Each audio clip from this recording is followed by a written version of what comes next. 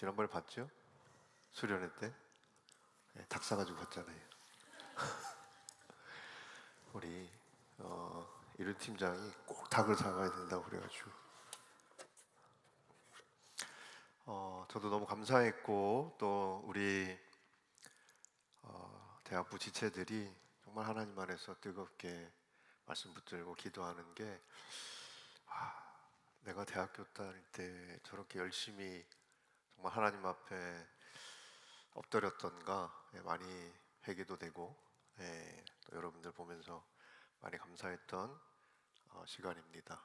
그래서 원래 오늘 이제 원래 뭐 이렇게 설교할 계획은 없었는데 선교팀이 내려가신다고 그러길래 그냥 내려보내면 너무 뻘쭘하실 것 같아서 제가 말씀 전하고 또 우리 선교팀 내려오셔서 여러분께 또 우리 선교팀 관련되는 내용들 광고해 주시면 좋겠다. 그래서 좀 부랴부랴 목사님께 뭐 설교 아마 계획이 있으셨을 텐데 좀 부탁드려서 내려왔습니다.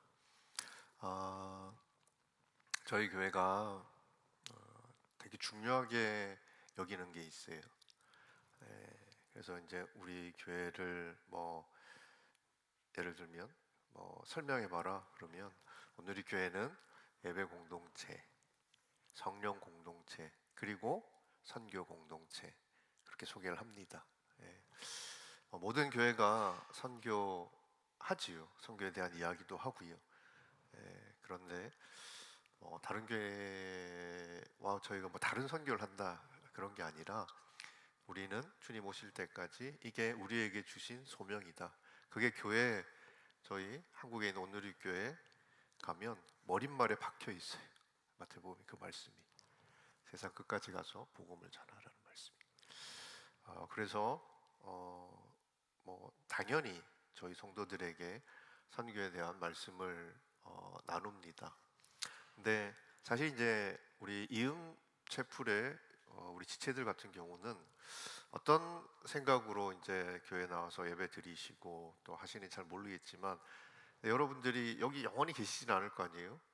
물론 이제 학업을 마치고 계속 여기서 또 일을 하시는 분들 또 학업을 계속 하시는 분들 그렇게 또 계시겠지만 아마 이제 공부하는 동안 여기 머물러서 그리고 또 예배 드릴 수 있는 그런 교회를 찾아서 여러분들 많이 고민하고 기도하시면서 이음 채플에 오셨을 텐데 그러다 보면 사실 우리의 마음이 이게 나는 뭐 언젠가 떠날 건데 이런 마음들이 있어요. 물론 그렇죠. 그러니까 뭔가 이렇게 발을 깊이 담그는 게 좀 그렇고 특히 또 선교에 대한 이야기를 하면 야 이건 좀 뭔가 큰 헌신 같잖아요. 그러니까 이제 마음에 큰 부담들이 있을 줄 압니다.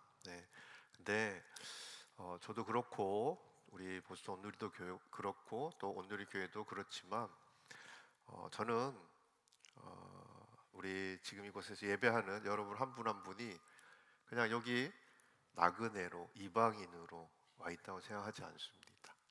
하나님의 선한 뜻 안에서 이 교회 공동체 안으로 부르셔서 함께 예배하시게 하시고 함께 울고 함께 기뻐하는 그러한 귀한 공동체를 세우셨다고 믿습니다. 그래서 지금 여기 내게 주어진 자리에서 저는 충성하지 않는 사람이 언젠가 내가 자리 잡으면 언젠가 내가 섬길 수 있는 교회 계속 이렇게 섬길 수 있는 그런 교회에 가면 그때 헌신하고 그때 사역하고 그때 주님의 일 가운데 내가 나를 드리겠다 뭐 그런 생각할 수 있는데 저는 그렇게 생각하지 않아요. 지금 여기에서 하나님께서 여러분들을 담으신 이 공동체 안에서 함께 예배하고 또 성령의 능력으로 빛과 소금으로 살아가고 그리고 또 선교에 대한 그 도전도 나에게 하나님께서 주시는 도전으로 그래서 뭐 큰 일을 하고 여러분들이 아울리치 못 가셔도 상관없습니다. 근데 저는 여러분들에게 여러분들이 이곳에 계시는 동안 예배에 대한 씨앗 선교에 대한 씨앗, 그런 씨앗들을 심는 그런 시간이기를 간절히 바래요. 그래서 이음 공동체가 그 씨앗이 그래도 이게 잘 자랄 수 있는 좋은 토양이 되기를 소망하면서 이제 우리 전 목사님과 함께 교회를 섬기고 있고요. 그래서 여러분들이 선교팀 이게 뭐 너무 거창하게 생각하지 마시고, 아, 내가 지금 대학생으로서 이 보스턴에 와서 이 이음이란 공동체 안에서 할 수 있는 또 하나님의 하나의 주님의 하나의 콜링이라고 보시면 좋을 것 같아요. 그래서 저는 우리 이음 채플에도 선교팀이 세워지고 또 아울리치 갈 때 함께 또 여러분들이 이거는 뭐 시간이 되면 이게 아니고요. 시간을 드리는 거예요. 여러분들의 시간을 드리고 삶을 드리는 것이기 때문에 저희 온누리 교회 제가 청년부도 맡았고 또 우리 성도들과 많이 아울리치를 다녔는데 우리 성도들 어떻게 하시냐면 이제 아울리치 갔다 오잖아 여름에. 그러면 그때부터 그 다음 아울리치를 준비해요. 기도하고 막 이제 뭐 이렇게 경비도 드니까 막 적금도 드시고 막 그렇게 합니다. 제가 그걸 보면서 참 목회자로서 부끄럽기도 하고 참 많은 도전을 받아요. 근데 여러분들에게 지금 하나님께서 두신 그곳에서 할 수 있는 것들을 해 나가시다 보면 그걸 꽃 피우게 하시고 열매 맺게 하실 겁니다. 그게 꼭 여기가 아니어도 돼요. 근데 그 씨앗들이 여러분에게 심기기를 축복하고 선교팀이라는 것은 그런 씨앗을 심는 모판 같은 곳이니까 그런 시간들 여러분들이 좀 헌신하고 또 함께 할 수 있으면 너무 감사하겠고 또 우리 선교팀 우리 팀장님부터 이렇게 같이 내려와 주셨는데 아마 잘 도와주실 거예요. 그리고 저도 당연히 여러분과 함께 그런 일들을 좀 같이 나누기를 바랍니다. 자, 오늘 이제 말씀은 요한복음 말씀인데 지금 이제 목사님께 설교 뭐 하고 계시냐고 여쭤봤더니 그 주님의 제자 이야기 하고 있다고 하시더라고요. 저도 하고 있거든요. 그래서 그럼 이번 주 뭐 설교를 누구 하시냐 그랬더니 야고보 요한이라고 하시더라고요. 아마 지난주부터 이제 지지난주부터 그렇게 시작하셨던 것 같은데 뭐 제자들은 뭐 순서가 없으니까 그래서 제가 또 뭐 거기에 맞춰서 하는 것보다 오늘 우리 이제 빌리에리카에서 1부 때 2부 때 설교했던 그 이야기를 여러분과 좀 같이 나누면 나머지 제자들의 이야기는 또 목사님께서 잘 나눠주실 거라고 생각해요. 그래서 오늘 본문에 등장하는 제자 나다나엘에 대한 이야기를 여러분과 좀 나누려고 합니다. 하나님께서 여러분들 또 이 예배의 귀한 자리 나오신 여러분들에게 하나님께서 주시는 귀한 메시지가 있기를 축복합니다. 자, 오늘 읽어주셨던 본문 43절부터 46절까지 말씀을 좀 같이 볼게요. 자, 같이 한번 봅시다. 다음날 예수께서 갈릴리로 떠나시려다 빌립을 만나 말씀하셨습니다. 나를 따라라. 빌립도 역시 안드레와 베드로처럼 벳세다 마을 출신이었습니다. 빌립은 나다나엘을 찾아가 말했습니다. 모세가 율법에 기록했고 예언자들도 기록했던 그분을 우리가 만났소. 그분은 요셉의 아들 나사렛 예수시요. 나다나엘이 물었습니다. 나사렛에서 무슨 선한 것이 나오겠는가? 빌립이 말했습니다. 와서 보시오. 저는 이제 지난주에 우리 빌리에리카에서 이 빌립 이야기를 나눴어요. 이 빌립이 나다나엘에게 제가 자꾸 나다나엘 막 이렇게 헷갈려서 뭐 이야기할 텐데 그냥 적당히 하나 들으세요. 제가 대학교 때 공부를 잘못해가지고 그래요. 제가 그때 제가 전공이 영문학인데 그때 그 영문을 배우다 보면 나다나엘 호손이라는 사람이 있습니다. 좋은 글씨에 썼던. 근데 우리는 그걸 나다니엘 호손 이렇게 배웠어요. 그래서 이게 입에 붙어가지고 아마 좀 헷갈릴 텐데 나다나엘이다. 나다니엘이라고 하면 나다나엘 이야기 하는구나. 이렇게 알시면 될 것 같습니다. 자, 빌립이 나다나엘에게 예수를 소개한 사람이에요. 빌립은 길 가다가 예수님 만났어요. 예수님이 나를 따라오라 그래. 따라갔던 그런 제자였습니다. 자기만 따라가면 되는데 빌립이 주님 만나고 나서는 친구 생각이 난 거지요. 나다나엘. 예. 그러니까 좋은 친구죠. 예, 빌립은 참 좋은 친구 같아요. 그래서 나다나엘에 가서 자기가 만난 예수에 대해서 소개를 합니다. 예, 모세와 예언자가 그렇게 약속했던 바로 그 메시아, 그 이스라엘 백성들이 당시에 기다리고 있던 그 메시아, 내가 그 메시아를 만났다라고 이야기를 합니다. 그리고 예수를 나사렛 예수라고 소개하지요.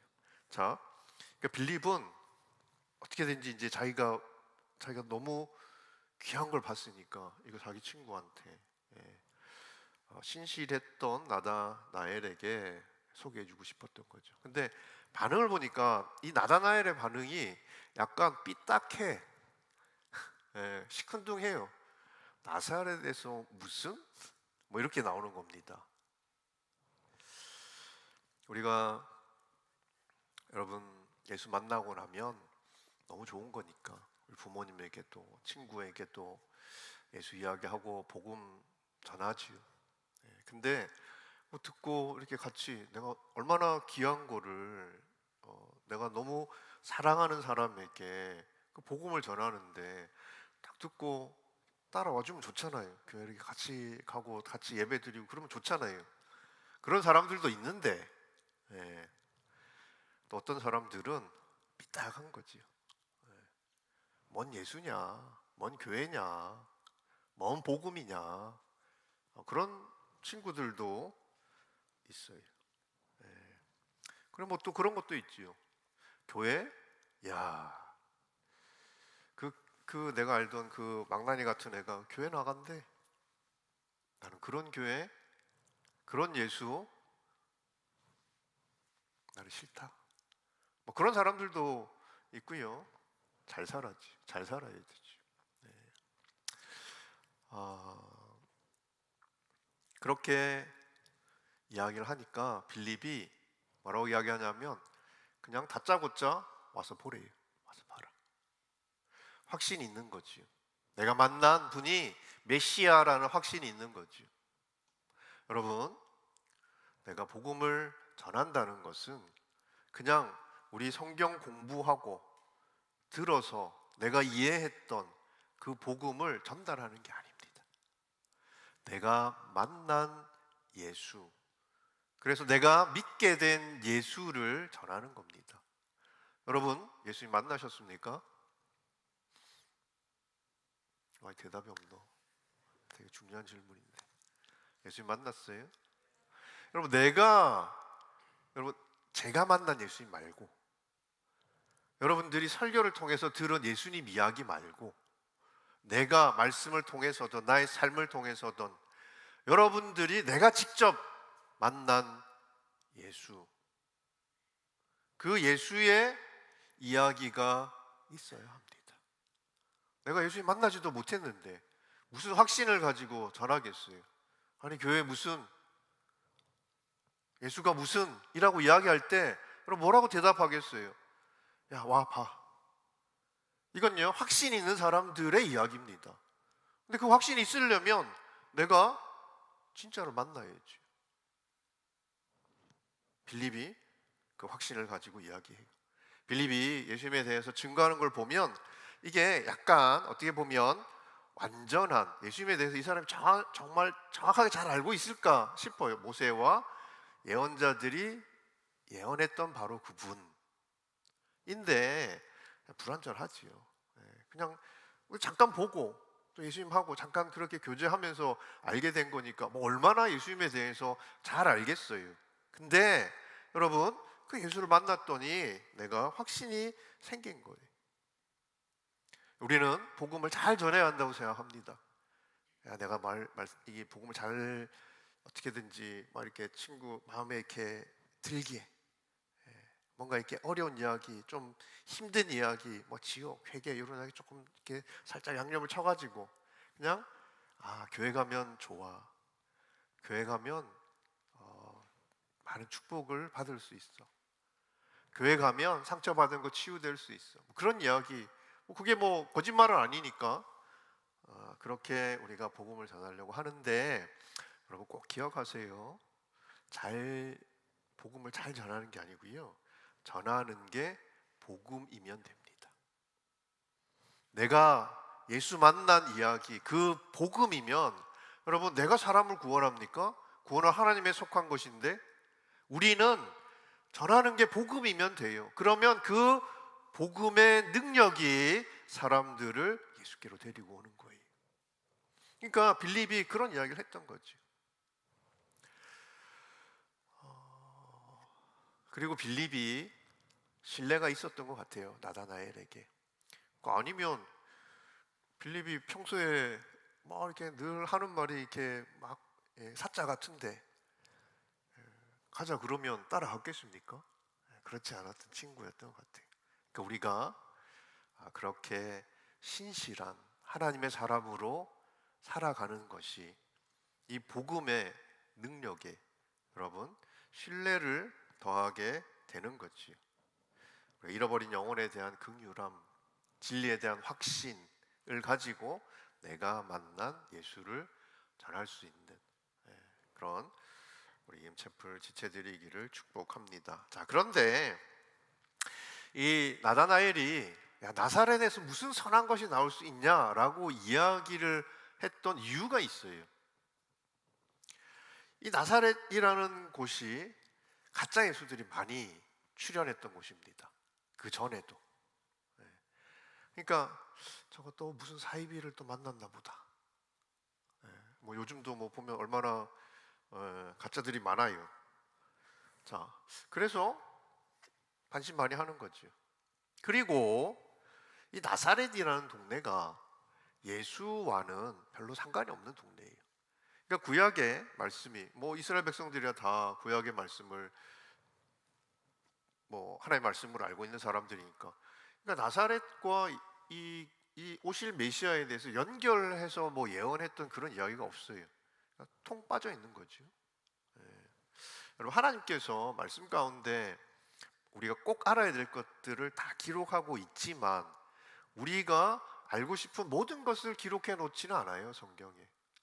역사 속에 일어났던 이야기, 이 이야기는 왜 빠져 있어? 왜 이 이야기는 왜 빠져 있지? 근데 그 모든 것들이 다 기록되어 있지 않단 말이에요. 그러니까 이 나사렛에 대한 이야기 빠져 있어요. 그러니까 나다나엘 같은 사람의 입장에서는 계속 의심이 생길 수밖에 없는 거지요. 나사렛과 메시아를 연결할 수 없었던 거예요. 나다나엘에게는 편견이 있었습니다. 나사렛 같은 곳에서는, 그런 땅에서는 메시아가 나타날 수 없어. 우리도 사람에 대한 편견이 있죠. 저 사람은 안 변해. 저 인간은 아무리 좋은 것을 주고 좋은 것을 받아도 절대 안 변한다. 그렇게 우리가 사람에 대해서도 편견이 있고 어떤 일에 대해서도 편견이 있어요. 그런 편견을 가지고 서로 이야기하고 대화하다 보면 진실에 다가가기가 어려워집니다. 편견이 없는 사람은 없지요. 여러분들 있지요? 나는 편견이 없어. 그것도 편견이에요. 우리는 하나님이 아니거든요. 우리의 지식은 제한적이에요. 우리의 경험, 모든 것을 다 경험할 수 없어요. 우리 모든 것을 다 알 수 있는 그런 존재가 아닙니다. 그러니까 사람은 자기가 경험하고 알고 있는 안에서 뭔가를 받아들이고 이해할 수밖에 없다는 거지요. 그러니까 편견이라는 것은 존재할 수밖에 없습니다. 문제는 이게 굳어져서 신념이 되면 문제가 생겨요. 신념. 편견으로 굳어지면, 이 마음이 굳어지면 내가 금을 거예요. 이 금 밖에 있는 세상은 인정하지 않아요. 그러니까 내가 딱 알고 있는 것, 내가 딱 경험해 놓은 이 세상 밖의 어떤 이야기도 나는 받아들이지 않습니다. 그건 존재하지 않는 세상이에요. 성경이 아무리 이야기를 해도 받아들이기 어려워져요. 그리고 이 편견이 신념이 되면 내가 틀릴 수 있다는 생각도 안 합니다. 그걸 인정하지 않아요. 그리고 내가 정의가 됩니다. 그래서 다른 사람에 대해서 폭력을 가하는 것도 정당화돼요. 자, 유대인들을 보세요. 그리스도를 십자가에 못 박았어요. 교회를 핍박했습니다. 여러분, 그러면서 죄책감을 가졌던 유대인들이 있었을까요? 바울, 다메섹으로 가는 길에서 주님 만나기 전에 그는 정말 이스라엘을 위해서, 하나님을 위해서 열심을 다했던 사람이에요. 그리고 교회를 핍박하는 것을 당연하게 여겨요. 이 사람들이 죽고 핍박받는 것이 너무 당연하다고 생각했어요. 하나님의 이름으로 그 모든 것들을 행했던 겁니다. 여러분, 내 뜻이 하나님의 뜻이라고 생각하면 이 세상에 못할 일이 없습니다. 자, 이런 사람들도 자비를 이야기하지요. 용서를 이야기합니다. 서로 사랑해야 한다고 가르쳐요. 근데 이 가르침은 나와 믿음을 같이 하는 사람들에게만 해당되는 거예요. 그 금 밖에 있는 사람은 아니고. 그러니까 얼마나 이 편견이 나에게도 그리고 이웃에게도 위협이 됩니까? 벗어나야겠죠? 편견이 없을 수는 없지만 편견을 계속 붙들고 있으면 신념이 되니까 내가 계속해서 가지고 있는 편견이라는 게 조각이란 이야기잖아요. 이 큰 그림 속의 하나의 조각을 전부로 알고 이 땅을 살다 보면 결국은 내 세상은 그만큼밖에 되지 않아요. 우리가 왜 여기까지 와서 공부하고 있습니까? 그 작은 세상이 넓어지고 내 세상이 넓어지기를 소망하잖아요. 근데 그게 그 이상이 되지 않는다는 거예요. 그러니까 이 편견에서 벗어나야 합니다. 계속 우리 생각이 넓어져야 되고 깊어져야 됩니다. 자, 어떻게 그게 가능한가? 여러분, 나다나엘 보면 되게 회의적이죠. 삐딱하지요. 의심하지요. 질문하기도 하고. 근데 주님이 의심하는 것을 책망을 해요. 왜 의심하느냐? 믿음이 적은 자들아, 이러면 책망을 하지요. 책망은 왜 하냐? 그게 잘못된 거니까 책망을 하는데, 그렇다고 해서 어떤 우리가 지적인 의심을 가지는 것, 그리고 합리적인 의심에 따라서 질문하는 것을 정죄하지 않아요.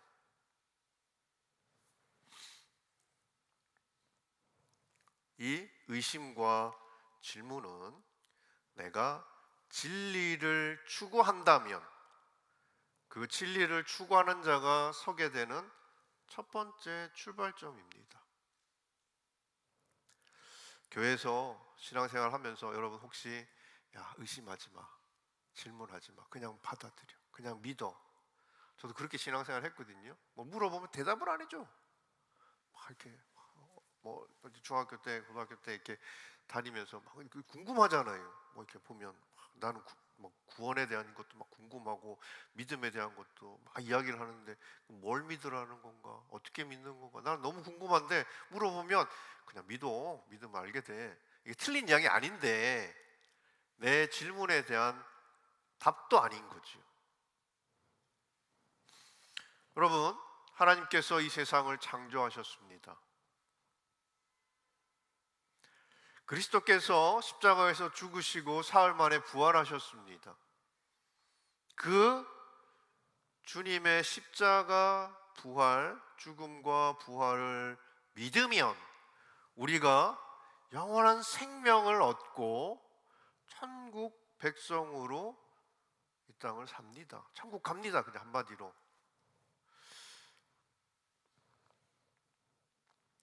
여러분, 이 이야기를 믿으세요?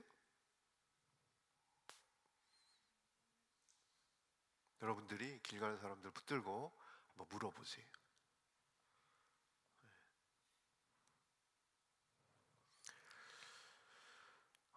이게 진리이긴 하지요. 그리고 말씀에 계시되어 있는. 그러니까 우리가 공부해서 알 수 있는 건 아니고 아무리 공부해도 알 수 있는 방법은 없어요. 하나님께서 말씀을 통해서 우리에게 이 땅은 내가 내 손으로 지은 거야. 예수, 내 아들 예수를 믿는 자, 내가 그를 어렵게 여겨서 천국에 들어가. 그렇게 계시해 주지 않으면 우리는 알 수 없는 내용들이 성경에 군데군데 있단 말이에요. 근데 이 이야기를 여러분들이 경험해 보지도 않고 여러분들이 공부해서 알 수 있는 것도 아닌데 그렇게 내가 이야기한다고 해서 제가 이제 목회자에게 이렇게 이야기할 거 아니에요. 그러면 여러분들이 그걸 듣고 이야 그렇지, 이 세상 하나님께서 만드신 거지, 예수 믿으면 구원 받는 거지, 부활 우리도 주님처럼 부활할 수 있지 라고 받아들이는 게 참 대단한 믿음 같아 보이지만 저는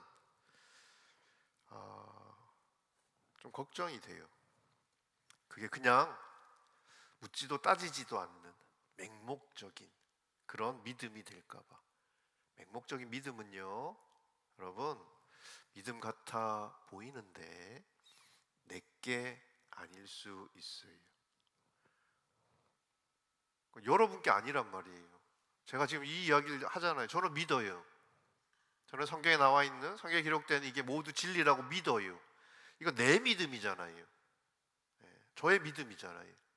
제가 이걸 이야기했다고 해서 여러분들이 그럼 그렇지 뭐 목사님 이야기하니까 뭐 맞겠지 뭐. 그러니까 여러분의 믿음이냐고. 막연한 믿음인 거예요. 내 것이 아니란 말이에요. 근데 우리는 내 것이 아닌 믿음을 내 것이라고 착각하면서 신앙생활을 합니다. 내가 한 번도 내가 질문해 보지도 않고 내가 그 답을 찾지도 못했는데 남이 떠먹여 주는 거 목사님 그렇게 이야기하시니까. 저는 여러분들의 믿음이 내 것이길 바래요. 내 것. 여러분 자신의 것이기를 축복합니다. 내가 질문하고 내가 그래서 만나서 답을 가진 그런 믿음이기를 축복해요. 여러분, 이 진리를 추구하는 질문과 의심은 편견으로 굳어진 마음과 경솔하고 맹목적인 믿음에서 우리를 벗어나게 합니다. 물어야 되는 거예요. 이해가 안 되면 질문해야 되는 거예요. 우리 상식에 벗어나면 의심해야 되는 거예요. 자, 그런데 여러분, 언제까지 질문만 하고 의심만 할 수는 없잖아요. 질문은 해, 좋아. 그게 시작이니까. 의심스러워. 근데 질문할 목적이 뭡니까? 답을 찾으려고 질문하는 거잖아요. 근데 계속 질문만 하고 의심만 해. 답답해지죠. 신앙생활하는 게 답답해집니다. 모르겠어, 막 계속 막 의심스럽고 목사님 이야기해서 이제 막 다 막 이상하고. 여러분, 이 의심과 질문이 끝이 나야겠죠. 답을 얻어야겠죠. 그럼 어떻게 그 답을 얻을 수 있는가? 나다나엘의 경우는 편견을 분명히 가지고 있었어요. 나사렛? 거기서 뭐? 이런 편견을 가지고 있었는데 어떻게 그 편견이 사라지고 의심이 끝이 납니까? 빌립이 소개해준 그 예수를 직접 가서 만났지.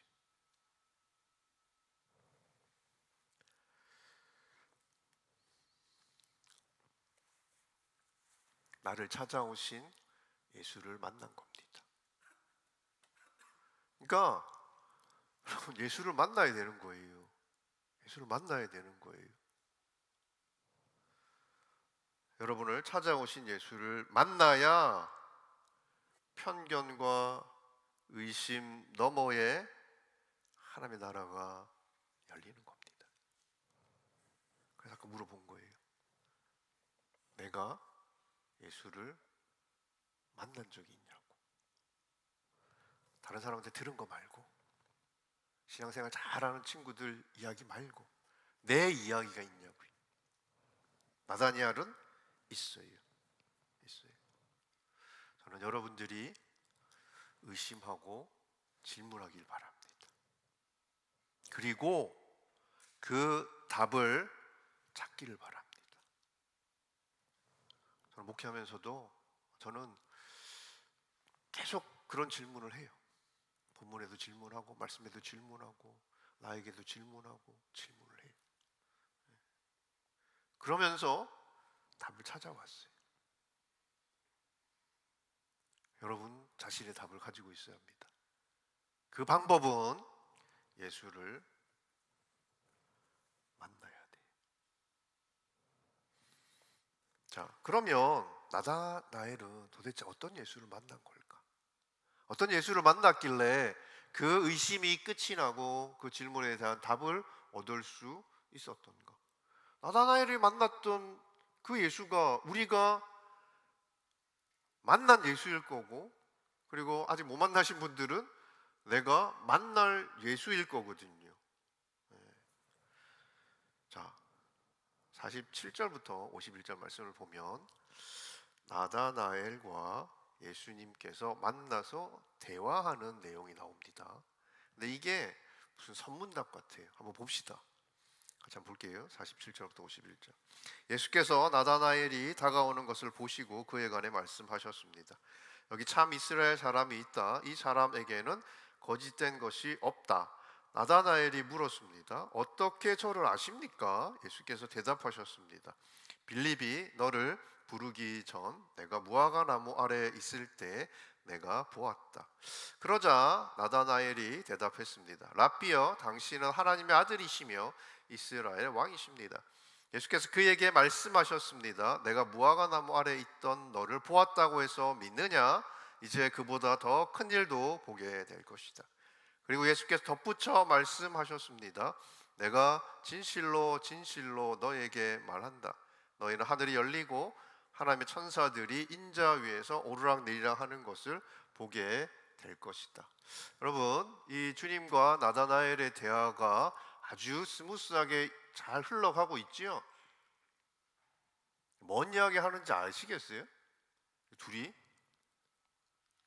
분명 주님과 나다나엘 사이는, 이렇게 대화한 사이는 이게 대화가 통하는 것 같아. 주님 뭘 이야기하니까 나다나엘 그거 다 듣고 다 이렇게 대답하고, 또 주님 뭐라고 이야기하고 막 다 알아, 자기들끼리는.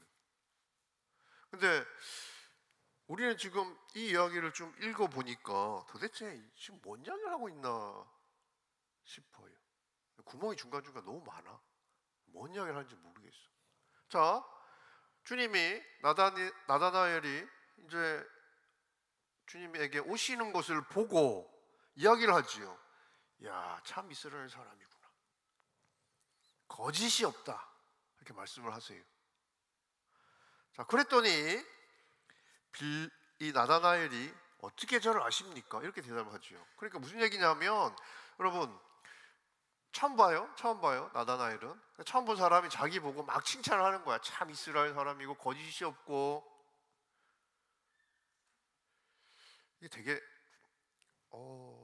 막 여러분 처음 본 사람이 여러분 보자마자 너무 이쁘시고 생각도 깊으시고, 야, 사람들한테 정말 막 이렇게 덕을 많이 쌓으신 것 같고, 뭐 같아요? 도로 아십니까? 이거 같죠, 그렇죠? 뭔가 이상해. 예. 근데 그 낯간지러운 칭찬 같은데 그걸 나다나엘이 넙죽 받습니다. 저는 어떻게 아세요? 그게 무슨 얘기예요? 맞다는 거잖아요.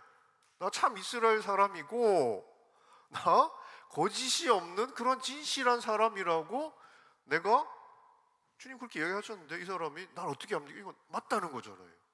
넙죽 받았어 이 사람이. 이게 좀 이상하지요? 날 어떻게 압니까? 나다나엘이 또 물어요. 그랬더니 주님이 내가 널 이미 봤어. 너 무화과 나무 아래 있을 때 내가 이미 봤다고 이야기를 하시는 거예요. 그러니까 이 말을 듣고 나다나엘이 갑자기 예수님을 하나님의 아들이십니다. 갑자기 이렇게 고백을 하는 거예요. 그랬더니 예수님이 야, 너 장차 더 큰 일을 볼 거야. 이런 이야기를 하시네.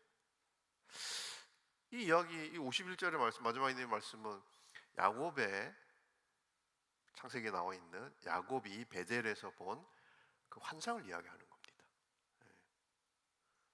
갑자기 제자들에게 이거 볼 거야 라고 갑자기 또 이 이야기를 또 하시는 거지. 좀 설명이 필요하죠, 그죠? 설명이 필요하다. 자, 그러면 이제 주님이 나다나엘을 알아보신 이야기부터 시작이 되니까 나다나엘은 그럼 누구냐? 이걸 좀 알아봐야겠죠. 나다나엘이란 이름은 다른 복음서에는 바돌로메라는 이름으로 기록되어 있습니다.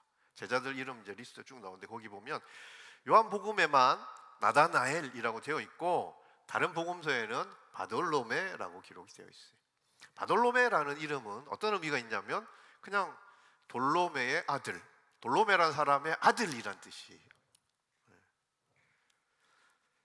이 사람 특징이 없어. 그냥 돌로메라는 사람 아들로 태어난 거예요, 그냥. 근데 요한복음은 이 바돌로메를 나다나엘이라고 이야기하고 있지요. 나다나엘은 어떤 의미가 있냐면 하나님의 선물이라는 의미가 있어요. 그러니까 요한은 그걸 본 것 같아요. 이 돌로메의 아들이라는 그냥 무명의 한 인물이 하나님께서 아들에게 주신 또 하나의 선물이었구나 라는 의미를 담아서 바돌로메가 아니라 나다나엘이라고 기록을 한 것 같아요. 이건 그냥 제 추측입니다. 이건 몰라도 돼요. 그런데 더 중요한 이유는 뭐냐면 주님이 나다나엘을 거짓이 없는 참 이스라엘 사람으로 알아본 것과 무관하지 않습니다. 주님이 시몬이라는 한 어부에게서 교회의 기둥 같은 베드로를 보시는 분이잖아요. 마찬가지로 바돌로메 안에서 참 이스라엘 사람 나다나엘을 주님이 보셨던 것을 요한은 기록하고 있어요. 이 사람은 하나님의 선물 또는 주님에게도 그렇지만 이 세상에 하나님의 선물이 될 사람이라고 요한이 이 이름을 기록한 거예요. 여러분, 나를 거짓 없는 참 이스라엘 사람으로 봐주는 것 고맙지요? 네, 고맙지요. 그런데 그걸 나다나엘이 저를 어떻게 그렇게 잘하십니까? 라고 대답하는 것은 이상해 보일 수는 있어요. 그런데 여러분, 내가 어떤 사람인지, 내 속에 뭘 담고 사는지 그걸 다른 사람은 모를 수 있어요. 내가 막 이렇게 이 여러 개의 옷을 입고 나를 사람들에게 철저히 감춰서 사람들이 내가 어떤 사람인지 모를 수도 있어요. 저 사람 그런 줄 몰랐는데 알고 보니 이런 경우들 있잖아요, 그죠? 네. 자, 그런데 여러분, 다른 사람은 몰라도 나는 모릅니까? 어떤 사람은 그것도 모르는 사람도 있긴 한데, 여러분, 이 사람은 끊임없이 진리를 추구했던 사람이, 진실을 쫓았던 사람이, 그런 사람이 자기가 어떤 사람인지 모르냐고요. 여러분 자신이 어떤 꿈을 품고 뭘 담고 여러분 속에 뭐가 깃들어 있는지 다른 사람 모를 수 있죠. 근데 나는 알잖아요. 나다나엘이 여러분 나를 알아주는 분을 만난 거예요. 선한 목자가 자기 양을 알아보는 것처럼 주님은 아무도 몰라줄 수 있는 나를 아시는 분이다. 그걸 어떻게 알고 특순을 그렇게 했대? 네. 특순 가사 그러던데. 네. 나를 아시는 분이다. 내가 배가 고픈지, 내가 아픈지, 누구한테 누가 못 살게 굴어서 상처난 데 없는지 내가 말 안 하면 어떻게 알아? 근데 그걸 아시는 분이 있어요. 그게 나다나엘이 만난 주님이고 우리가 만난 예수님입니다. 날 알아, 이분이. 나다나엘의 입장에서는 이분이 나를 알고 있다는 거 되게 놀랍지요. 근데 예수께서 무화과 나무 아래에 있는 자기를 보았다라고 이야기하니까 갑자기 뜬금없이 하나님의 아들이라고 고백을 해요. 이건 뭐냐 하면 나다나엘이 너무 놀란 거예요. 아니 뭐 나를 뭐 그냥 뭐 이렇게 뭐 그렇게 뭐 대충 알 수도 있지. 근데 무화과 나무 아래 있는 걸 봤다라는 이야기를 듣고 이 고백을 했다는 거는 나다나엘이 너무너무 놀랬던 거예요. 이 이야기를 들을 줄 몰랐어요. 이분한테 그 이야기를 들을 줄 몰랐던 거죠. 여러분 오며 가며 볼 수 있는 거죠. 그럼 뭐 나쁜 짓 하다 딱 걸린 것도 아니고, 예. 뭐 자신을 봤다는 게 뭐 그렇게 놀랄 일입니까? 그건 아닐 거잖아요. 근데 뭐 나다나엘이 그래서 무화과 나무 아래서 뭘 했을까 이걸 두고 막 하고 예수님 언제 봤을까 막 이걸 갖다가 막 해서 이런 분들 계신데 모르지요. 뭘 했는지 모르지. 예수님이 언제 나다나엘을 봤는지 그것도 모르지, 알 수 없지. 기록을 안 해놨으니까. 예.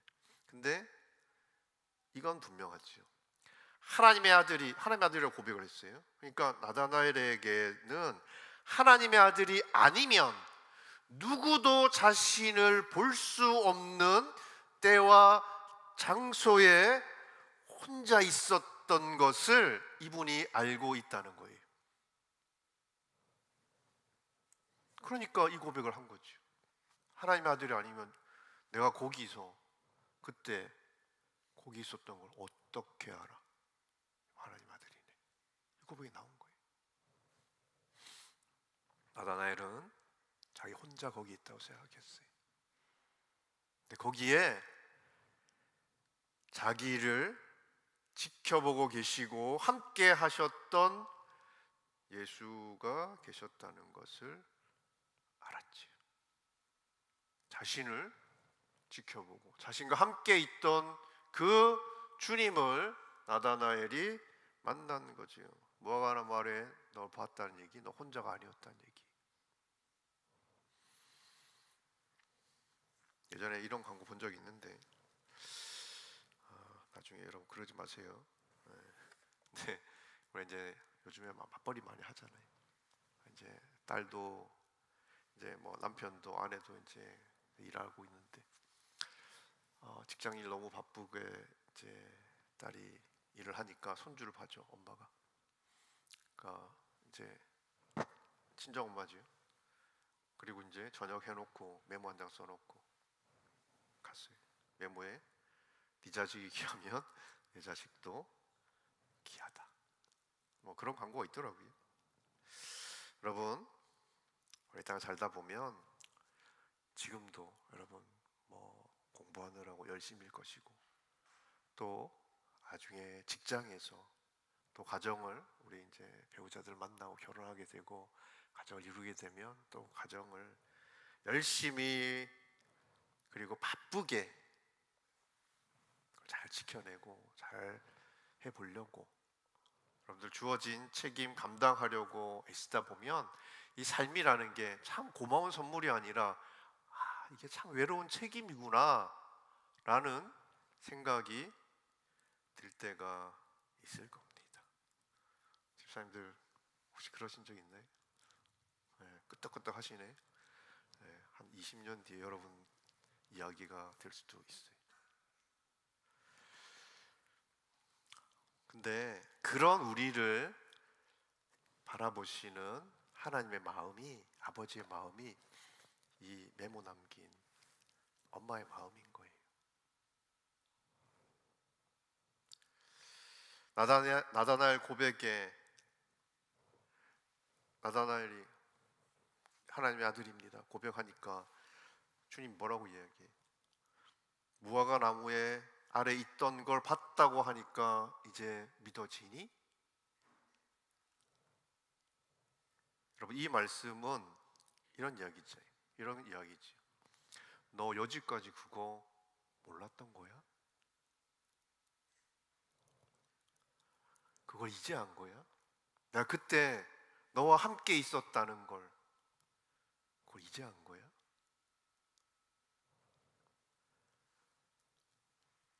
여러분, 주님이 나를 알고 나와 함께하고 계시고 나를 늘 지켜보고 계셨다는 사실이 너무 놀랍기만 한데 주님은 뭐라고 이야기하시냐면 내가 네 목자고 네 주인인데 그건 너무 당연한 거 아니니? 라고 말씀하시는 거예요. 이 당연한 사실을 우리가 몰라서 혼자 애쓰고 혼자 울고 혼자 상처받고 혼자 외롭게 그 인생의 책임을 지려고 하고 있더라. 여러분 우리는 부서지기 쉬운 사람이에요. 사람은 그래요. 그래서 더 센 척하고 더 강한 척 해야 되잖아요.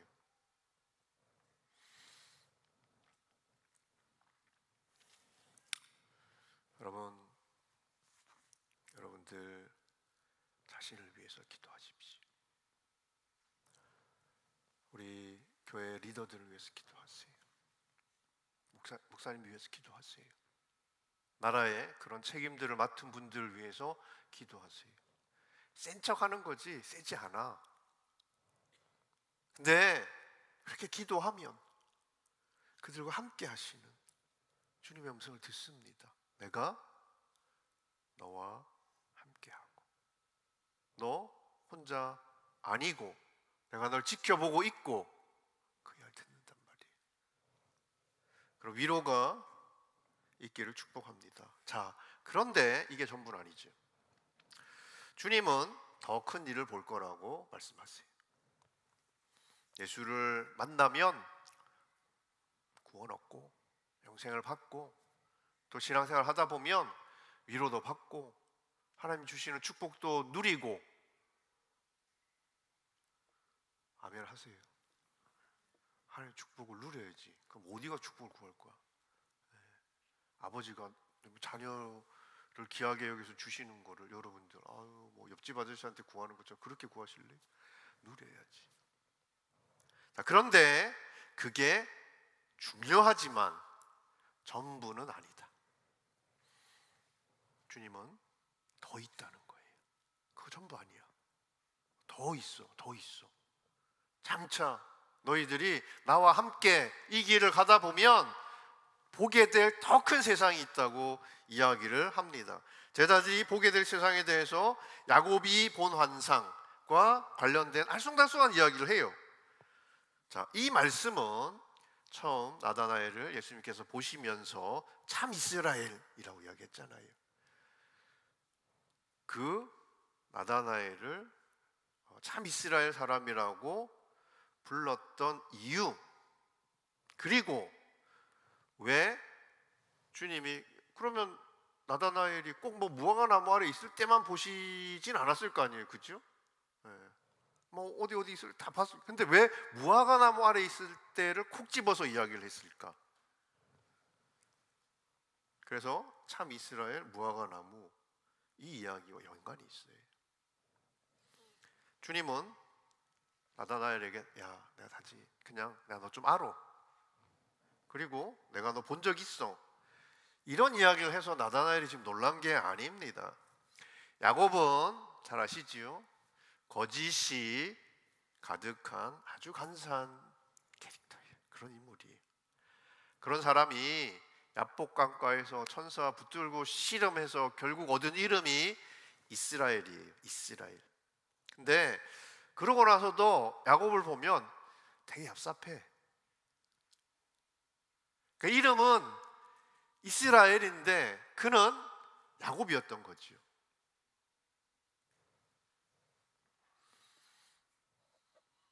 근데 그런 야곱과 넌 달라. 넌 진짜 이스라엘이야. 이 이야기를 하신 거예요. 그리고 이 무화과 나무는 이스라엘의 회복과 관련이 있습니다.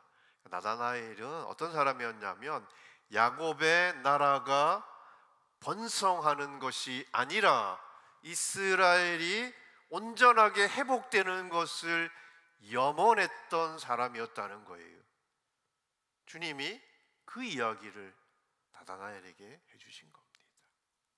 그러니까 나다나엘은 그게 자기 진짜 소망하고 귀하게 여기고 쫓아가고 있었던 자기의 모습인데 그걸 예수님께서 아시니까 너무 놀랐던 거지요. 그리고 당연히 자기 앞에 서 있는 분이 자기가 꿈꾸던 그 참 이스라엘을 회복할 메시아라는 사실을 확신했던 겁니다.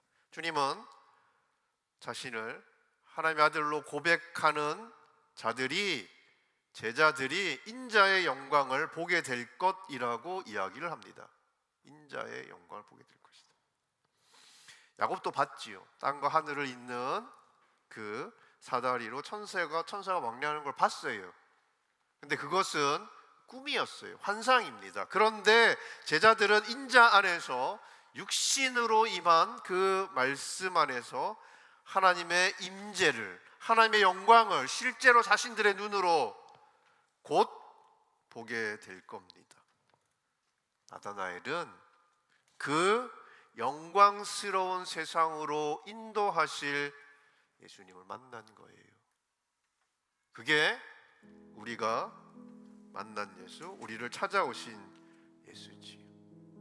그래서 그 예수를 만난 사람은 그 비전에 사로잡혀서 예수의 꿈을 쫓아가는 겁니다. 주님, 나를 잘 아세요. 그리고 주님은 나를 홀로 두지 않으십니다. 그리고 이 정도면 됐어.